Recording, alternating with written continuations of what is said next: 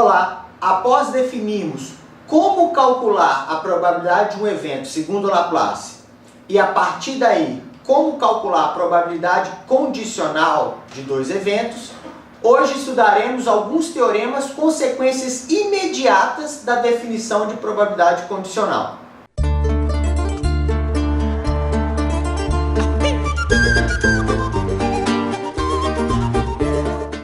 Muito bem, antes de vermos alguns teoremas hoje, eu preciso definir probabilidade condicional de uma forma um pouquinho diferente com vocês. Nós estudamos na aula passada que a definição de probabilidade condicional é a seguinte: suponha que eu tenha dois eventos A e B dependentes, depois nós discutiremos mais sobre isso, contidos em um espaço amostral equiprovável. Então, se eu quero calcular a probabilidade de A, sabendo que tal que B ocorreu, lembram desse tracinho aqui? Esse tracinho aqui não é o tracinho de divisão de quociente. Esse tracinho aqui é o tracinho que indica sabendo que, tal que, dado que, certo? Então, qual a probabilidade de A sabendo que, dado que o evento B ocorreu? Se agora eu sei que o evento B ocorreu, esse é o meu novo espaço amostral reduzido. Então, esse vai ser o denominador da minha fração, o meu novo espaço amostral reduzido. Sabendo que o evento B ocorreu, certo? Agora eu quero calcular a probabilidade de A dentro do evento B. Eu vou pegar todos os elementos de A que também pertencem a B. Ou seja, eu vou pegar os elementos de A que pertencem à interseção do conjunto A com o conjunto B. Então, número de elementos de A, interseção com o conjunto B. Isso foi o que nós vimos na aula passada, resolvemos algumas questões do Enem utilizando esse conceito. No entanto, hoje, para estudarmos alguns teoremas, eu preciso fazer uma pequena mudancinha nesse conceito aqui. O que eu vou fazer? Já que esses dois conjuntos estão contidos em um mesmo espaço amostral, certo? Eu vou dividir essa equação no numerador e no denominador pelo número de elementos do espaço amostral S. Muito bem. O que vai acontecer quando eu dividir essa fração pelo espaço amostral S? Então aqui vai ficar a probabilidade de A sabendo que o evento B ocorreu é igual. Olha como é que vai ficar. No numerador eu vou ficar assim, ó. Número de elementos de A inter B dividido pelo número de elementos do espaço amostral. Aqui embaixo vai ficar assim, número de elementos de B dividido pelo número de elementos do espaço amostral. No entanto, nós já estudamos que, segundo a definição de probabilidade de um evento de Laplace, o número de elementos de A interseção B dividido pelo número de elementos do espaço amostral é exatamente a probabilidade de ocorrer os dois eventos. E aqui embaixo, o número de elementos de B dividido pelo número de elementos do espaço amostral é justamente a probabilidade de ocorrer o evento B. Então, hoje nós precisaremos trabalhar com essa definição de probabilidade condicional. Não com o número de elementos, mas sim com probabilidades. Então, a probabilidade de ocorrer o evento A, sabendo que ocorreu o evento B, pode ser definida como a probabilidade de ocorrer a interseção A e B, dividido pela probabilidade de ocorrer o evento B. Então agora veremos o primeiro teorema, o teorema da multiplicação. Vejamos o primeiro teorema da aula de hoje. Então é conhecido como o teorema da multiplicação. Talvez os alunos não conheçam pelo nome, mas já fazem ou já utilizam esse teorema inconscientemente. Tá? Então a probabilidade de ocorrência simultânea de dois eventos dependentes, qual a probabilidade de ocorrer dois eventos que são dependentes? Tá? É o produto da probabilidade de um deles ocorrer pela probabilidade do outro, sabendo que o primeiro ocorreu. Professor, traduz isso para mim, para a linguagem matemática. É o seguinte, gente. Vocês lembram da definição da probabilidade condicional? A probabilidade de ocorrer o evento A, sabendo que ocorreu o evento B, é igual a probabilidade de ocorrer os dois eventos, a interseção, dividido pela probabilidade de ocorrer o evento B. Se a gente passar essa probabilidade multiplicando, a gente pode chegar no teorema da multiplicação.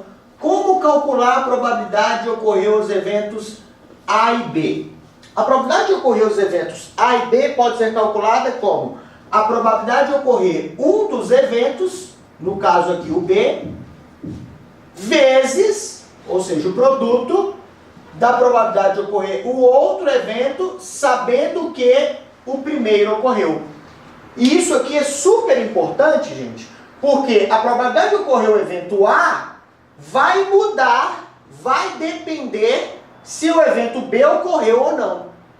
Por isso que é importante saber probabilidade condicional. Professor, vou precisar decorar essa fórmula? Não, porque nós vamos resolver agora alguns exemplos e você vai ver que inconscientemente você já faz isso, certo? Então nós vamos trabalhar agora com exercício de fixação e depois nós vamos ver uns exemplos ou umas questões do Enem. Então vamos resolver um exemplo de como usar o teorema da multiplicação em certos tipos de problema. Então o problema mais comum, um dos mais comuns que existe em probabilidade, é o problema das urnas com bolas de cores diferentes. Então suponha que eu tenho uma urna com 8 bolas vermelhas, 3 bolas brancas, 4 bolas pretas. E eu vou fazer 2 retiradas simultâneas de bolas dessa urna, certo? Então aqui eu coloquei alguns exemplos para a gente resolver e o aluno vai perceber que ele não precisa decorar fórmula nenhuma para resolver isso aqui. Mas ele precisa ter em mente a ideia de que ele está usando o teorema, só isso. Então suponha que eu vá fazer 2 retiradas simultâneas de bolas dessa urna. Então a letra A eu perguntei o seguinte: qual a probabilidade da primeira bola ser vermelha e da segunda bola ser branca? Repare, gente, que quando eu tiro a primeira bola vermelha, a probabilidade da segunda bola ser branca muda, porque eu acabei de alterar o espaço amostral, que é a ideia de probabilidade condicional, porque eu já sei que eu tirei uma bola vermelha. Então o número total de bolas já mudou. Repare que nessa questão, o total de bolas na urna é igual a 8 mais 3 mais 4, que são 15 bolas, certo? Então, sabendo que eu já tirei uma bola vermelha, o número de bolas dentro da urna muda. Agora eu tenho 14 bolas dentro da urna. Então, qual a probabilidade de tirar a primeira vermelha e a segunda branca? A probabilidade de tirar a primeira bola vermelha é fácil. É 8 em 15. Não é assim que a gente aprendeu? O número de elementos do evento são 8. O número de elementos do espaço amostral são 15. 8 sobre 15 vezes, certo? Agora, qual a probabilidade de tirar a segunda bola branca, sabendo que, dado que, tal que, eu já tirei uma bola vermelha? Eu tenho 3 bolas brancas. No entanto, agora meu espaço amostral tem apenas 14 bolas. Certo? Eu não vou fazer o produto porque eu quero que você enxergue e compare com as situações abaixo. Vamos continuar a solução? Perceberam que o denominador foi diminuindo de uma unidade? E você já deve ter resolvido ou visto questões em que se deve fazer isso aqui. Certo? Então, agora eu vou para a letra B. Quando eu defini probabilidade condicional, eu coloquei assim: a probabilidade de ocorrer 2 eventos é a probabilidade de um deles ocorrer, vezes a probabilidade do outro ocorrer, sabendo que o primeiro já ocorreu. Quando eu coloco a probabilidade de um deles ocorrer, tanto faz quem é o primeiro que vai ocorrer. Isso não muda a probabilidade final. Quer ver? Qual a probabilidade agora de eu tirar a primeira bola branca e a segunda vermelha? Muitos alunos acham que a resposta vai ser diferente, porque agora eu estou tirando primeiro uma branca, então quando eu for tirar a segunda vermelha, eu vou ter outra probabilidade. No entanto, a probabilidade final é a mesma. O aluno tem que ter em mente que nessa situação e nessa situação, nas duas situações, você vai estar na mão com uma bola branca e uma vermelha. Então a probabilidade tem que ser a mesma. Professor, me mostre isso com cálculos. Qual a probabilidade da primeira bola ser branca? É 3 em 15. Vezes, qual a probabilidade da segunda bola ser vermelha, dado que a primeira foi branca? São 8 em 14. Repare que é a mesma solução, é a mesma probabilidade. Agora eu vou fazer a letra C e depois eu vou discutir algumas situações com vocês. Então, ó, qual a probabilidade de eu tirar a primeira bola vermelha e a segunda bola vermelha também? Então, no final das duas retiradas simultâneas, eu tenho que ter na mão duas bolas vermelhas. Qual a probabilidade da primeira bola ser vermelha? 8 em 15 vezes... Qual a probabilidade agora da segunda bola ser vermelha, dado que a primeira já foi vermelha? Repare que agora eu não tenho mais 8 bolas vermelhas, eu tenho apenas 7, que eu já tirei uma. E eu também não tenho 15 bolas, eu tenho apenas 14 bolas. Certo? Então, essas são as três situações. Vejamos agora algumas discussões. Esse exemplo legal que nós acabamos de resolver nos dá margem para pensar em uma situação que acarreta muitas dúvidas nos alunos. A seguinte situação: professor, tem questões que não me diz se eu tenho que tirar duas bolas simultaneamente, tirar uma depois tirar outra, ou se eu posso retirar duas bolas de uma só vez. E aí acabam me perguntando: professor, a probabilidade não vai mudar? Quando vai mudar? Faz diferença? A questão está errada? A questão deveria me dizer isso ou não deveria me dizer isso? Vejamos. Eu vou mudar um pouquinho a pergunta aqui. Então, ó, suponha que eu não diga que vai tirar duas bolas simultâneas.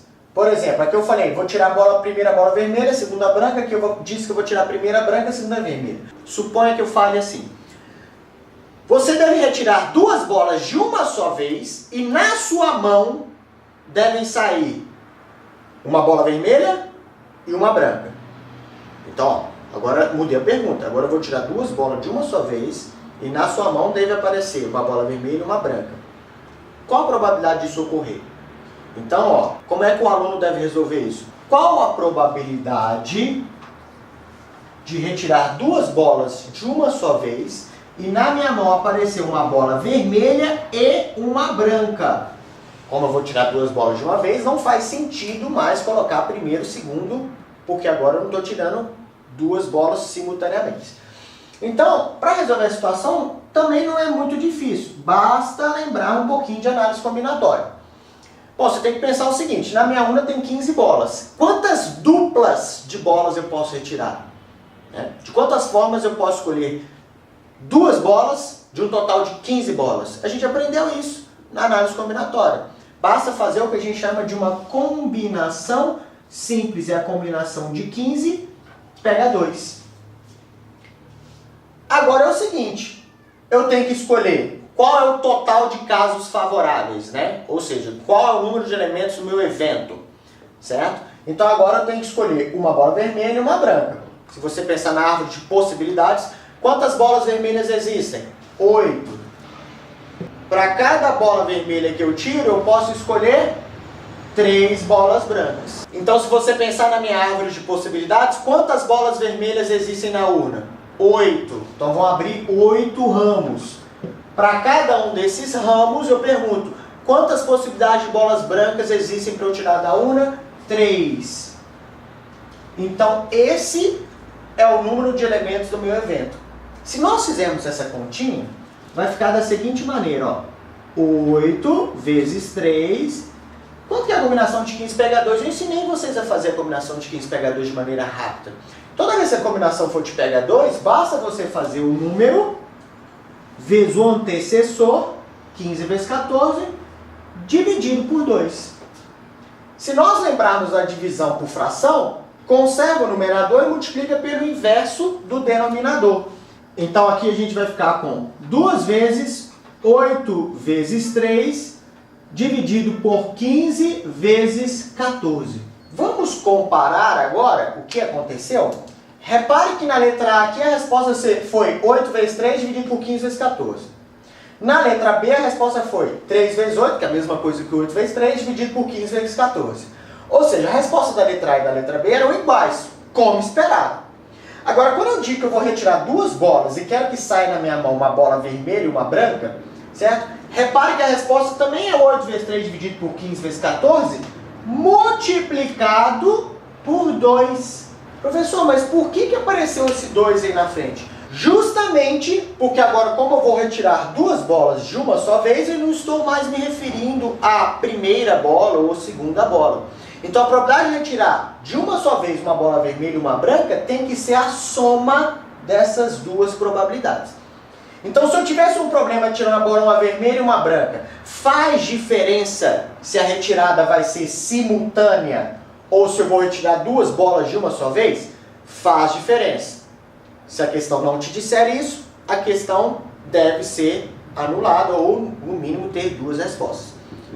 Mas em todo caso, vai fazer diferença isso? Não é em todo caso. Repare agora a letra C. Na letra C, eu digo que eu quero tirar a primeira bola vermelha e a segunda bola vermelha também.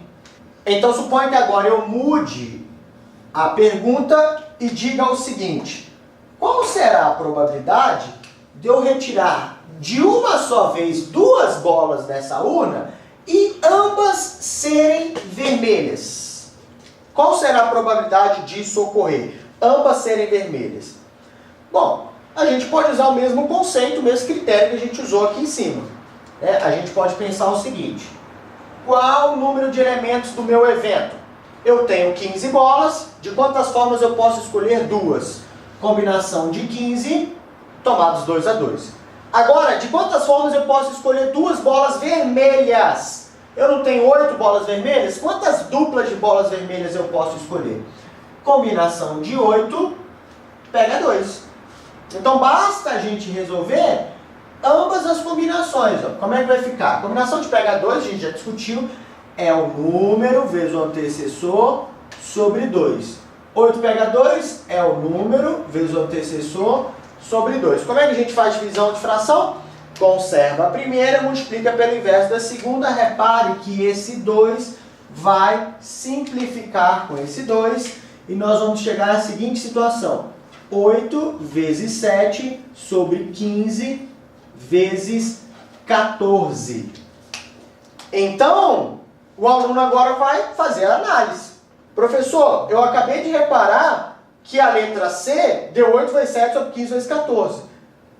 E a probabilidade de tirar duas bolas juntas deu 8 vezes 7 sobre 15 vezes 14. Nesse caso, as probabilidades eram iguais. Sim, gente, deram iguais. Por quê? Porque nesse caso, as duas bolas são vermelhas. Então, eu não dou chance para a natureza escolher qual vai ser a primeira cor, porque ambas são vermelhas. Então, isso aí a gente vai discutir bastante nas próximas aulas, que são as questões dos filhos, né? Se um casal resolve ter 2 filhos, a maior probabilidade de todas é desse casal ter um filho homem e uma filha mulher.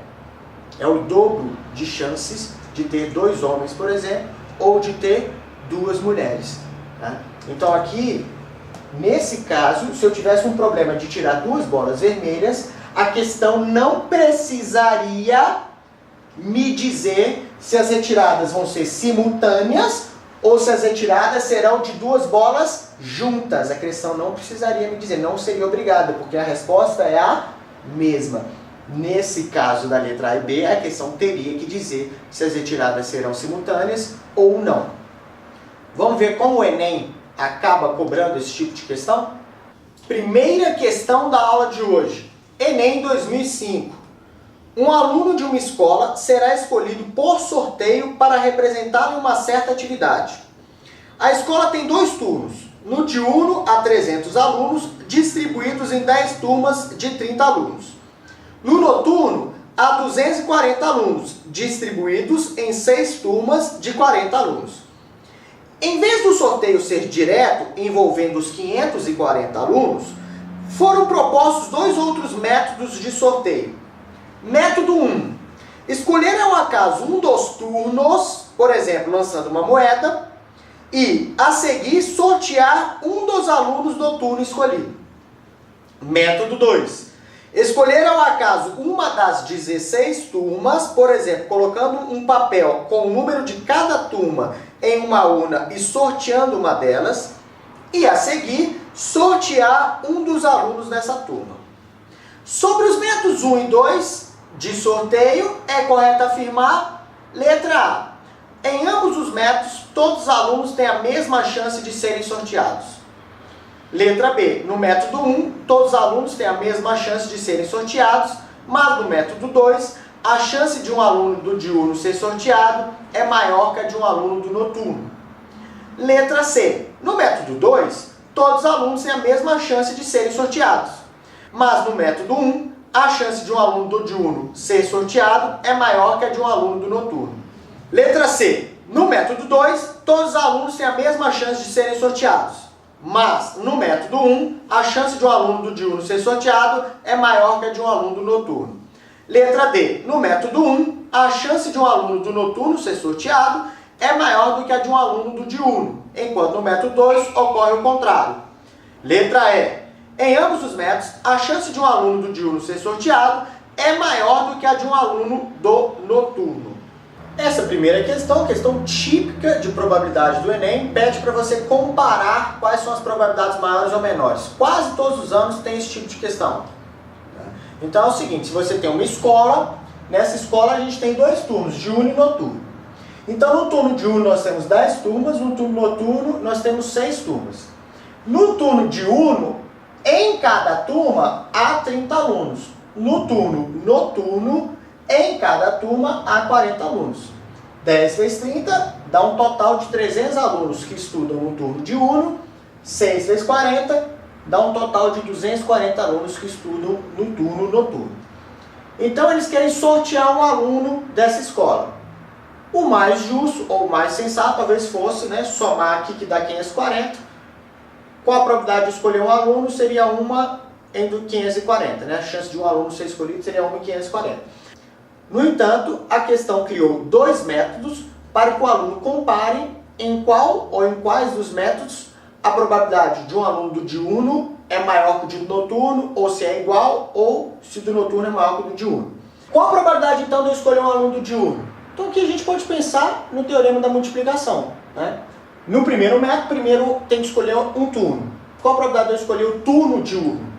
50%. Qual a probabilidade de sair cara ou coroa? Sair cara é 50%, coroa também é 50%. Muito bem. Dado que eu escolhi o turno do diurno, qual a probabilidade de eu escolher um aluno do diurno? É 1 em 300, porque eu tenho um total de 300 alunos no turno diurno. O que nos fornece uma probabilidade de 1 em 600. Então, um aluno do diurno, se for utilizado o primeiro método, um aluno do diurno pode pensar que a probabilidade dele ser escolhido é 1 em 600. Certo? Agora, vejamos um aluno do noturno. Qual a probabilidade de eu escolher um aluno do noturno? Primeiro eu tenho que escolher o turno noturno. Qual a probabilidade de eu escolher o turno noturno? É 50%. Dado que eu escolhi o noturno, qual a probabilidade de eu escolher um aluno do noturno? Não tem 240 alunos no noturno? É 1 em 240. O que nos fornece uma probabilidade de 1 em 480. Dá para perceber que como o denominador do diurno é maior que do noturno, a probabilidade de um aluno do noturno ser escolhido é maior que a probabilidade de um aluno do diurno ser escolhido. Então eu vou escrever essa conclusão aqui na frente. Se eu utilizar o primeiro método, a probabilidade de escolher um aluno do noturno é maior que a probabilidade de se escolher um aluno do diurno. Gente, todas as questões de probabilidade você pode fazer casos extremos. Faça um caso extremo. Professor, o que é um caso extremo? Tá vendo esses 240 alunos? Mandem todos embora, deixa só um. Se eu tivesse 300 alunos no diurno e um aluno no noturno, um só, qual seria a probabilidade de eu escolher esse único aluno que estuda no noturno? Sabe quanto seria? 50%.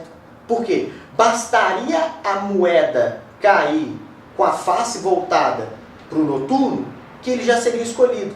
Certo? Então, com certeza, se eu utilizar um primeiro método que primeiro escolhe os turnos, o turno que tem menos alunos vai ser o turno em que o aluno tem a maior probabilidade de ser escolhido. Muito bem. Agora o segundo método é o seguinte. Primeiro ele vai escolher uma turma. Então agora a gente tem que analisar outra coluna. São 10 turmas no diurno e 6 turmas no noturno. Qual a probabilidade de eu escolher uma turma do diurno? São 16 turmas ao todo. Então a probabilidade é igual a 10 sobre 16. Porque eu tenho 10 turmas de unas. Dado que eu escolhi uma turma de una, qual a probabilidade de eu escolher um aluno dessa turma que eu escolhi? Na turma de una, tem menos alunos, tem só 30. Então a probabilidade é 1 em 30. O que nos fornece, se a gente fizer, pode até fazer certa simplificação, mas talvez não seja necessário, é 10 sobre 3 vezes 16, 480. O que também pode fazer a simplificação, 1 sobre 48. Então, um aluno do diurno ser escolhido no segundo método é uma chance em 48. E um aluno do noturno? Bom, no noturno tem menos turmas, tem apenas 6. Então a probabilidade de escolher uma turma do noturno é 6 em 16. Vezes, dado que eu escolhi uma turma do noturno, no noturno ainda é pior, porque tem menos turma e em cada turma tem mais alunos. Ou seja, a probabilidade de escolher um aluno do noturno agora vai diminuir mais ainda. Vezes uma chance em 40 para aquela turma escolhida. Se nós fizermos os cálculos, aqui dá 6 sobre 640. Se você quiser fazer uma certa simplificação, é 3 sobre 320, simplificando por 2. Qual das duas frações será que é maior? Se você multiplicar por 3 em cima e embaixo, vai ficar 3 sobre 144. 144 é um denominador menor que 320. Então, com certeza, nesse segundo método, a probabilidade de se escolher um aluno do diurno é maior que a probabilidade de se escolher um aluno do noturno. Com as mesmas justificativas para o primeiro método. Por quê? Agora eu tenho mais turmas do diurno e em cada turma do diurno tem menos alunos. Aqui eu tenho menos turmas no noturno e em cada turma do noturno tem mais alunos. Com certeza essa probabilidade tem que ser maior que essa. Ou seja, utilizar o método 1 e o método 2 são métodos justos para escolher o aluno? Não, porque a gente vai ter alunos de turnos distintos com probabilidades diferentes de serem escolhidos. O método mais justo é aquele dito no começo da questão. Junta todos os alunos da escola e escolhe um, sem qualquer distinção de qual turno ele estuda ou em qual turma ele estuda. A resposta para essa questão é a alternativa D.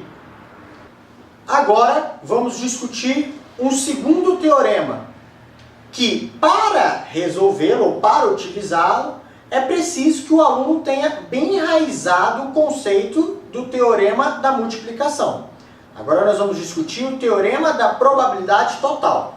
Então suponha que agora eu não tenha uma urna, agora eu tenha duas urnas. Uma urna com 4 bolas vermelhas e 6 brancas, e outra urna com 5 bolas vermelhas e 3 brancas. O aluno que se colocar à frente dessas urnas para retirar uma bola, ele não sabe qual urna é qual. Ele não sabe se a urna da esquerda é essa e da direita é essa e vice-versa. Tá? Então, o fato de escolher uma urna para retirar uma bola já é um experimento aleatório. Porque o aluno não sabe qual urna é qual. Concordam comigo? Tudo bem? Bom, tudo bem o aluno não saber qual urna é qual, mas para facilitar a resolução do problema, eu vou dar nome às urnas. Então, a urna que possui 10 bolas, 4 vermelhas e 6 brancas, eu vou falar que é a urna 1. A urna que possui 8 bolas, 5 vermelhas e 3 brancas, eu vou dizer que é a urna 2. Tá? Novamente repetindo, o fato de escolher uma urna já é um experimento aleatório. O aluno, né, que vai retirar a bola, ele não sabe qual é a urna 1 qual é a urna 2. Então suponha o seguinte problema. Eu peço para um aluno chegar na frente dessas urnas, escolher uma das urnas e retirar uma bola. A pergunta é, qual a probabilidade desse aluno sair com uma bola branca? Qual a probabilidade dessa bola ser branca? Muitos alunos desavisados sobre esses teoremas fazem o seguinte raciocínio. Professor, aqui tem 10 bolas, aqui tem 8 bolas, 10 mais 8, 18. Aqui tem 6 brancas, aqui tem 3 brancas, 6 mais 3, 9. Então a probabilidade desse aluno sair com uma bola branca é 9 sobre 18, 50%. infelizmente, está errado esse raciocínio. Porque se o aluno somar as bolas daqui com as bolas daqui, ele não está resolvendo um problema de duas urnas, ele está resolvendo um problema de uma única urna. É como se ele pegasse uma urna e virasse todas as bolas dentro da outra urna. Certo? Então tem que tomar muito cuidado para resolver esse tipo de questão. Esse tipo de questão, que utiliza o teorema da probabilidade total, é o mais cobrado na prova do Enem, em se tratando de questões de probabilidades. Então você vai ver a questão dos parafusos defeituosos, as questões das máquinas lá que produzem parafusos, a questão dos ratos também tem uma questão. Então todas essas questões nós vamos fazer aqui depois de exemplificar esse teorema. Para facilitar o entendimento dele, eu resolvi fazer esse desenho aqui. Então suponha que aqui eu tenho todo o espaço amostral, S.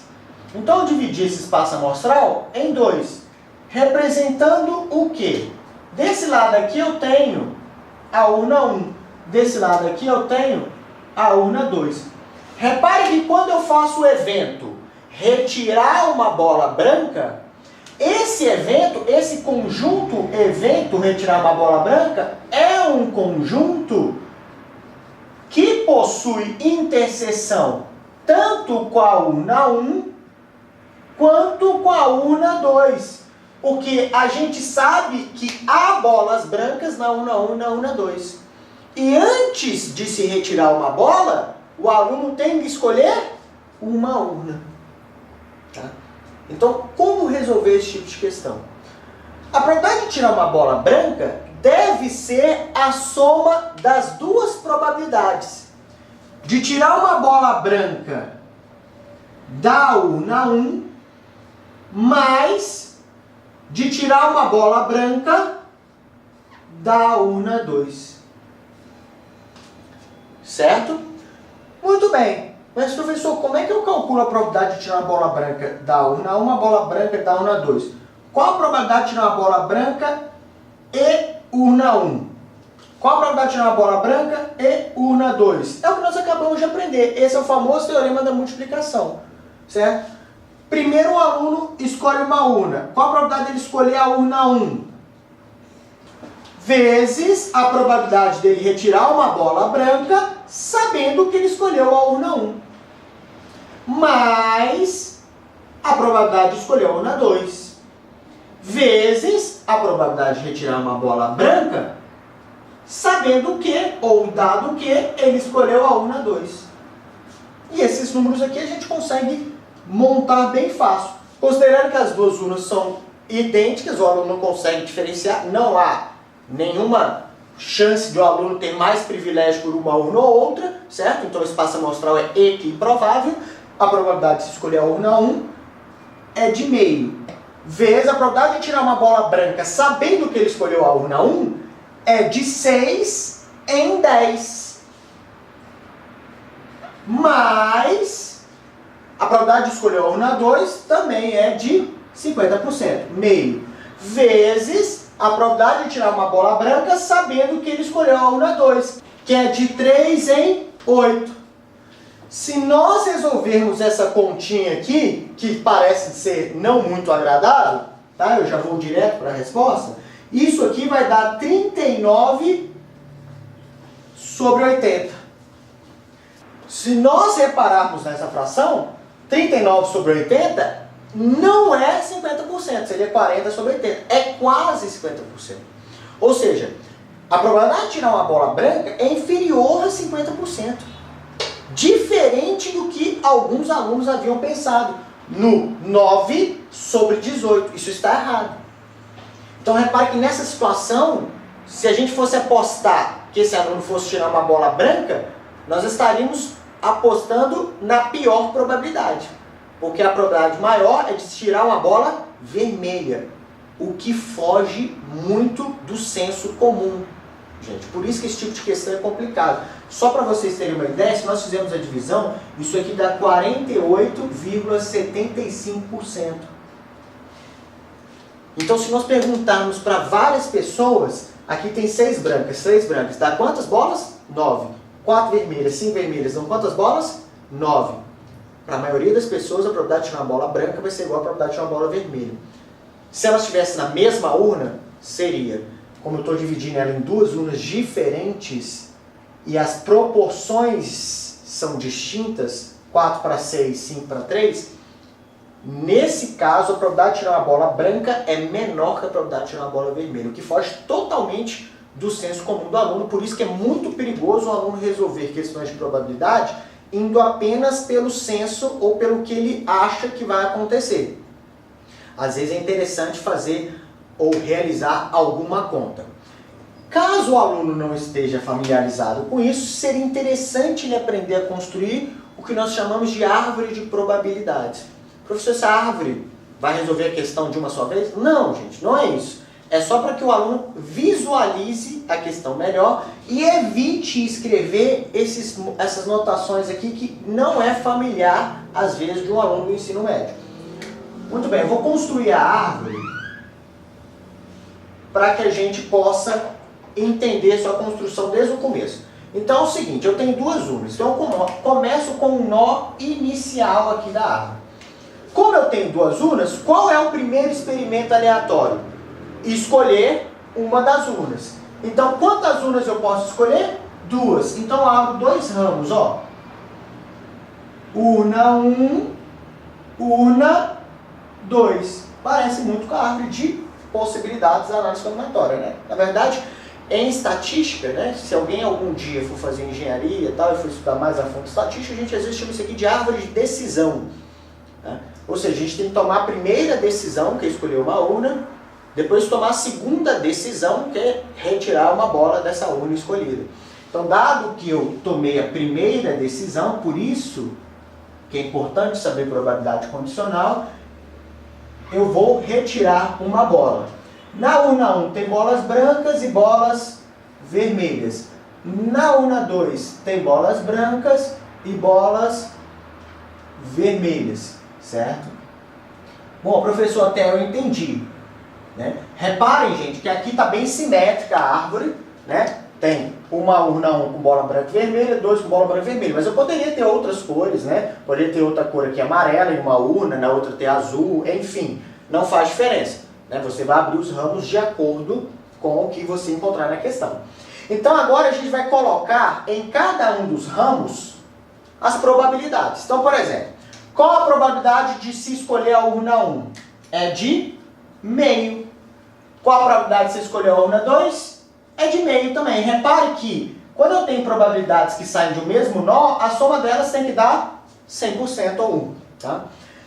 Quando você toma a primeira decisão, a partir daí, as outras decisões estão condicionadas a essa primeira. Por isso que a gente precisa entender de probabilidade condicional. Então, a probabilidade que eu vou colocar aqui é a probabilidade de retirar uma bola branca, dado que eu escolhi a urna 1, ou sabendo que eu escolhi a urna 1. Então, a probabilidade de retirar uma bola branca, sabendo que eu escolhi a urna 1, é de 6 em 10. E uma bola vermelha é de 4 em 10. Porque repare que eu tenho 4 vermelhos e 6 brancos, dando um total de 10 bolas, certo? Então a soma aqui também dá 1. Qual a probabilidade de retirar uma bola branca, sabendo que eu escolhi a urna 2, é de 3 em 8. E vermelha é de 5 em 8. Professor, realmente, é mais agradável enxergar essa árvorezinha e mais fácil de montar. Muito mais fácil. Mas como resolve a questão? Então a pergunta foi o seguinte: qual a probabilidade de retirar uma bola branca? Você vai vir na sua árvore e vai buscar quais são as bolas brancas. É essa e essa. Então é só você entender que à medida que você desce na sua árvore, você vai multiplicando as probabilidades. Por exemplo, a probabilidade de você tirar uma bola branca é meio vezes 6 sobre 10, de retirar a bola branca da urna 1, mais meio vezes 3 sobre 8. Probabilidade de tirar a bola branca da urna 2. O que faz com que o aluno já chegue direto nessa continha aqui, por meio da árvore. Dispensando que o aluno conheça todas essas notações aqui. Então ele vai chegar direto aqui, vai resolver essa conta e vai chegar na resposta. Vamos ver agora como como que o Enem cobra esse teorema em questões de prova? Segunda questão da aula de hoje, Enem 2013. Uma fábrica de parafusos possui duas máquinas, 1 e 2, para a produção de certo tipo de parafuso. Em setembro, a máquina 1 produziu 54/100 do total de parafusos produzidos pela fábrica. Dos parafusos produzidos por essa máquina, 25/1000 eram defeituosos. Por sua vez, 38/1000 dos parafusos produzidos no mesmo mês pela máquina 2 eram defeituosos. O desempenho conjunto das duas máquinas é classificado conforme o quadro em que P indica a probabilidade de um parafuso escolhido ao acaso ser defeituoso. Então a gente tem a probabilidade de um parafuso ser defeituoso. Se cair na faixa do 0 a 2%, é a faixa do excelente. De 2% a 4%, a faixa do bom. De 4% a 6% regular. De 6% a 8% ruim. E de 8% para cima é considerado péssimo. O desempenho conjunto dessas máquinas em setembro pode ser classificado como: letra A, excelente, letra B, bom, letra C, regular, letra D, ruim, letra E, péssimo. Reparem que essa questão é idêntica ao exemplo que acabamos de dar. Ao invés da questão trabalhar com unas, está trabalhando com máquinas. Nas máquinas tem bolas defeituosas e não defeituosas, que ele chama de parafusos. Certo? Então ele diz o seguinte: a máquina 1 produz 54% dos parafusos. Repare que o experimento escolheu uma das máquinas, ou seja, na hora que você pega um parafuso, você não sabe de qual máquina ela veio, é um experimento aleatório, certo? Não é equiprovável, porque a máquina 1 produz mais parafusos que a máquina 2. Então isso eu já havia dito para vocês, como a gente tem dois ramos saindo de um mesmo nó, a soma dessas probabilidades tem que ser 100%. Ou seja, se a máquina 1 produz 54% dos parafusos, a máquina 2 deve produzir o complementar, que é 46% dos parafusos. Então repare que o experimento escolher uma urna não possui a mesma probabilidade de escolher a urna 1 e escolher a urna 2. Certo? Foi aquilo que eu disse, como aqui no nosso caso as urnas eram iguais, as probabilidades também eram iguais. Bom, aí agora aqui, dado que você já tomou a primeira decisão, você vai tomar a segunda decisão, que é retirar o parafuso. Se você escolher a urna 1, a probabilidade do parafuso ser defeituoso é 2,5%, é 25/1000. Repare então que a urna 1 produz menos parafusos defeituosos. Se você escolher a urna 1, repare que a probabilidade de retirar um parafuso defeituoso, sabendo que você escolheu a urna 1, é de 2,5%, 25/1000. Se você escolher a urna 2, a probabilidade de retirar um parafuso defeituoso, sabendo que você escolheu a urna 2, é de 3,8%, ou seja, 38/1000. A questão foi bem categórica. Imagine que chegue um fiscal e ele vai escolher um parafuso aleatoriamente. Qual a probabilidade desse parafuso ser defeituoso? Essa é a pergunta da questão. Dependendo da probabilidade desse parafuso ser defeituoso, o fiscal vai qualificar a empresa em uma das faixas fornecidas no quadro da questão. Então vamos acompanhar aqui. Qual a probabilidade desse parafuso ser defeituoso? Repara que você não pode juntar as duas urnas, igual a gente falou no exemplo passado. O que o aluno tem que perceber é o seguinte: existem dois parafusos que podem ser defeituosos. O parafuso que vem da urna 1 e o parafuso que vem da urna 2. Então, a probabilidade de um parafuso ser defeituoso é a probabilidade do parafuso ser defeituoso vindo da urna 1 mais a probabilidade dele ser defeituoso vindo da urna 2. Então, vocês lembram? À medida que eu ando na minha árvore para baixo, eu vou multiplicando as probabilidades.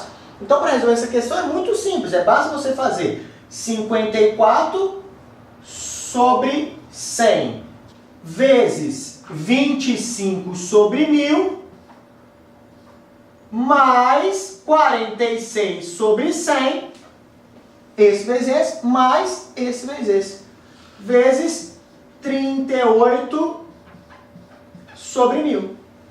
Essa é a probabilidade de um parafuso ser defeituoso nessa empresa. E se você realizar essa conta, você vai perceber que ela vai dar 3,098 dividido por 100. O que é um valor entre 2 sobre 100 e 4 sobre 100, ou seja, um valor entre 2% e 4%. 3,098% para ser mais exato, o que qualifica essa empresa na faixa do bom. Essa questão também pode ser pensada como se fosse uma média ponderada. Tá? Então, no fundo, a probabilidade total, ela trabalha com uma média ponderada, gente. Eu estou falando algo aqui que é extra da questão, mas talvez possa ajudar ao aluno resolver algumas questões mais para frente. Você tem que pensar o seguinte: a probabilidade de um parafuso ser defeituoso, no caso se ele for da máquina 1 ou da máquina 2, é ponderada pela quantidade de parafusos que cada máquina produz. Por exemplo, se eu tivesse 99,9% dos parafusos sendo produzidos por essa máquina, a maioria deles sai dessa máquina. Então a probabilidade de um parafuso ser defeituoso seria muito mais próximo de 25 sobre 1000. Se eu tivesse 99,9% dos parafusos sendo produzidos por essa máquina, a probabilidade de um parafuso ser defeituoso seria muito mais próximo de 38 sobre 1000. Quem já estudou estatística sabe do que eu estou falando. Então nós vamos ponderar as probabilidades de serem defeituosos de acordo com a quantidade de parafusos produzidos por cada máquina. Então eu vou ensinar isso para vocês também na aula de estatística, mas a gente pode pensar em uma retinha. Olha que legal essa retinha aqui. Eu acho bem interessante porque ela soluciona muito rápido os problemas. Repare, se a máquina 2 não produzir nenhum parafuso, zero, então só a máquina 1 produz parafuso, certo?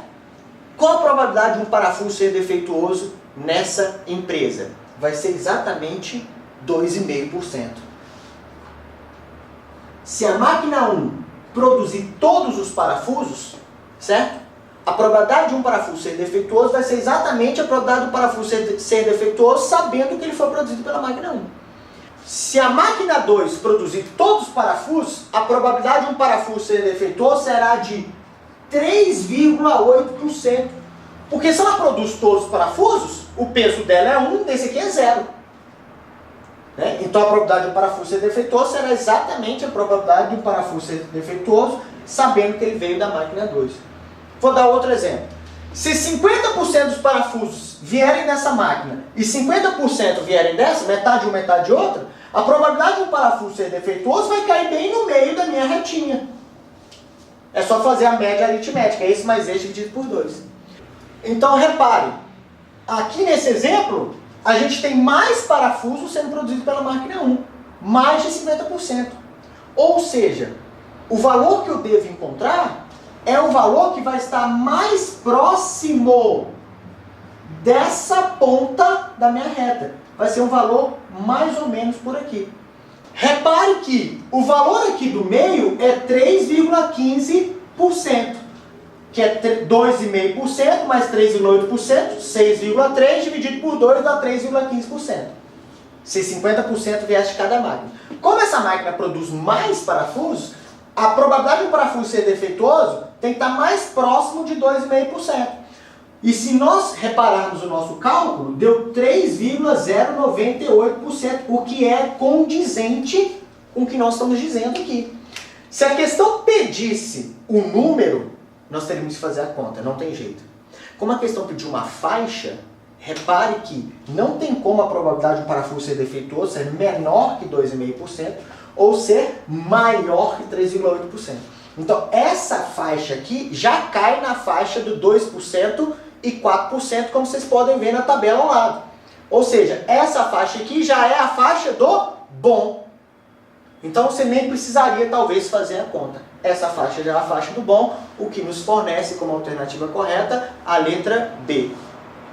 Existe ainda um terceiro teorema que nós vamos estudar, chamado Teorema de Bayes. Talvez os alunos não conheçam pelo nome, mas devem conhecê-lo. Na próxima aula, nós trabalharemos com esse teorema, veremos exemplos e resolveremos ainda 3 questões do Enem que tratam desse teorema. Uma dica para você que acabou de acompanhar essa aula. Se quiser resolver todas as questões dos Enems anteriores, compre nossa apostila de matemática para o Enem.